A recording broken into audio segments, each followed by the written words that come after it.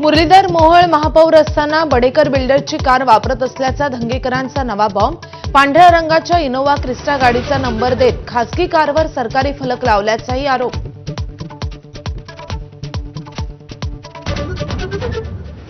मतदार यादीतील घोळ जनतेसमोर आणण्यावरून मवियामध्ये रस्सीखेच असल्याचं चित्र. सोमवारी आदित्य ठाकरे शिवसेनेच्या मेळाव्यात फोडणार आरोपांचा बॉम्ब, तर काँग्रेसकडून उद्याच पत्रकार परिषदेचं आयोजन.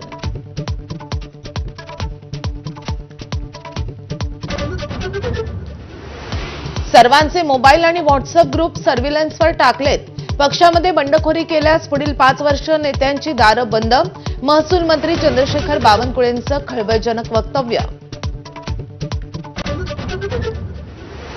आगामी निवडणुकांसाठी शिंदे सेनेकडून डोर टू डोर कॅम्पेन.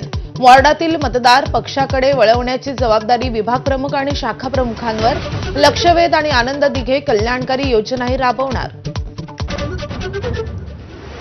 सांगलीच्या जत येथील राजाराम बापू पाटील साखर कारखान्याचं नाव अज्ञातांनी रात्रीतून बदललं.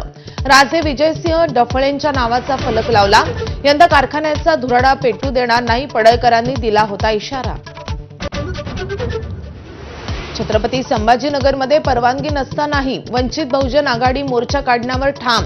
आरएसएसवर बंदी आणावी या मागणीसाठी आज आरएसएस कार्यालयावर धडकणार.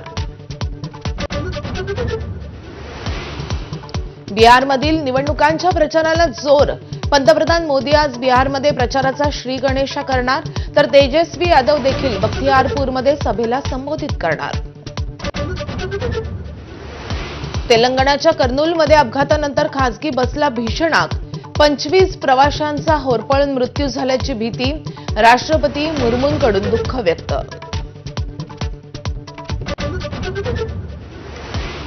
राज्यात पुढील 3 ते 4 दिवस पावसाचा अंदाज.